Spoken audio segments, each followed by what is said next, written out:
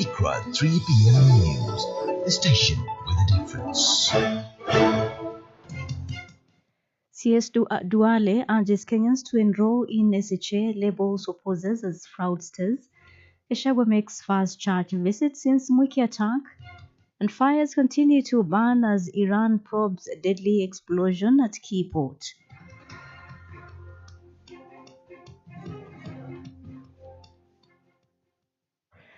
Assalamu alaikum wa rahmatullahi wa barakatuh. Welcome to the program. My name is Samira Galoro. Health Cabinet Secretary Aden Duale has urged more Kenyans to enroll in the universal health coverage under the Social Health Authority SHA.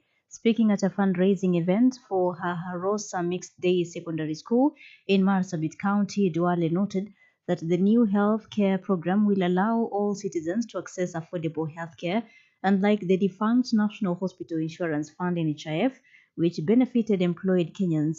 The Cabinet Secretary added that the enrollment has been slowed down by critics, who he says were making illegal financial gain with the defunct NHIF.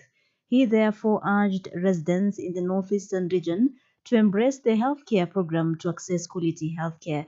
This comes a week after Duale sounded the alarm over fraudulent claims by some health facilities to SHA, cautioning that institutions found capable of billing for non-existent services will face blacklisting.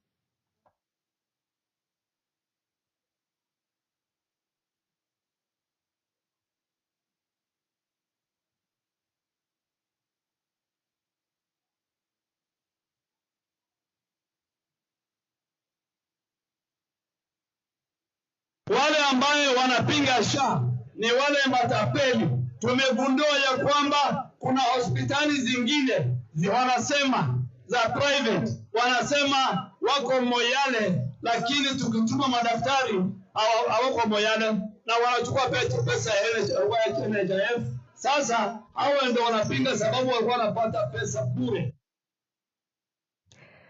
Deputy President Githure Kindiki has exuded confidence that the Kenya Kwanza administration is on course to fulfill its manifesto pledges, speaking during a consultative engagement with over 5,000 coffee farmers and leaders of 24 cooperative societies in Runyenje, Zembu County. Kindiki cited that the sustained reforms in agriculture sector have started yielding results.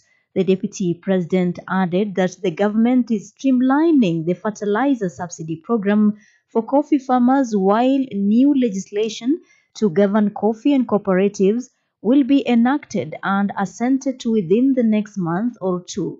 He assured that the government is in fast tracking the verification of debts owed to coffee cooperative societies to ensure that only legitimate claims benefit from the 6.8 billion shillings debt waiver by the government.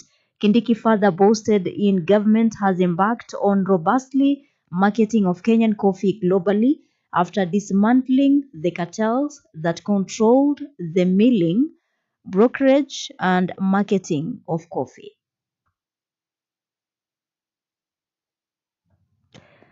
Now, former Deputy President Rigathi Gachagua has made his first public church appearance since the violent disruption at PCEA Mwiki earlier this month.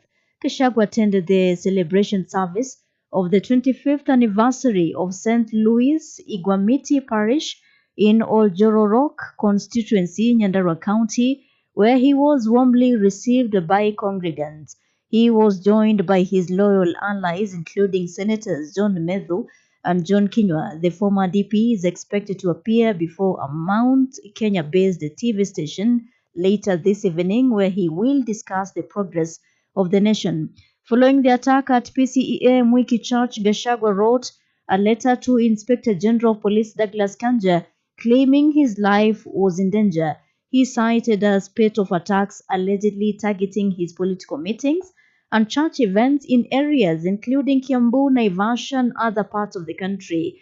Despite his ouster as deputy president in October 2024, Gashagua's influence across his Mount Kenya backyard appears to be steadily growing. This is 95.0 Iqra News.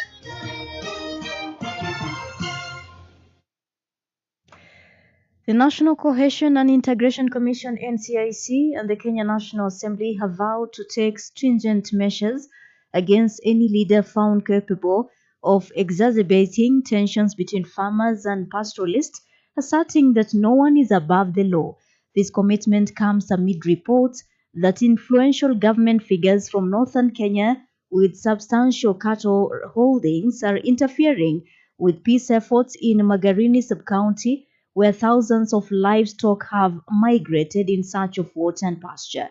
During a community dialogue at a Malindi hotel, local leaders revealed alarming accounts of pastoralists employing uneducated juvenile herders armed with crude weapons who they claimed were intimidating and attacking residents when their animals encroach onto farms. Mandera West Member of Parliament Yusuf Aden Yusuf emphasized the need for all leaders to foster peace and cohesion among communities and that those found to undermine such efforts will be taken head on.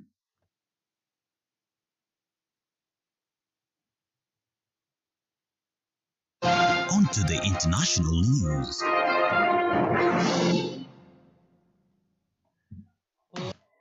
Now, fires continue to burn a day after a massive explosion tore through Iran's largest commercial port in Bandar Abbas as casualties continue to rise. Iran's Tasnim agency has reported that the death toll from the massive explosion at Shahid Raji port rose to 25, while those to 800 people were injured as firefighters continue with their efforts to put out the fire.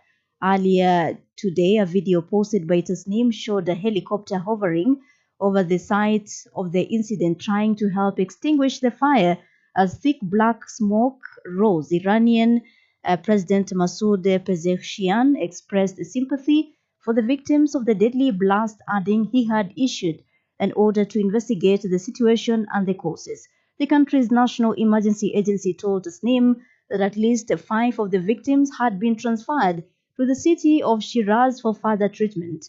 Entekab news website quoted the National Crisis Management Agency as saying that 80% of the fire has been put out, adding that most of the 752 people taken to medical facilities for treatment had been discharged. And that is the end of our bulletin. It's now 10 minutes past the hour. My name is Samira Galoro. Assalamu alaikum wa rahmatullahi wa barakatuh.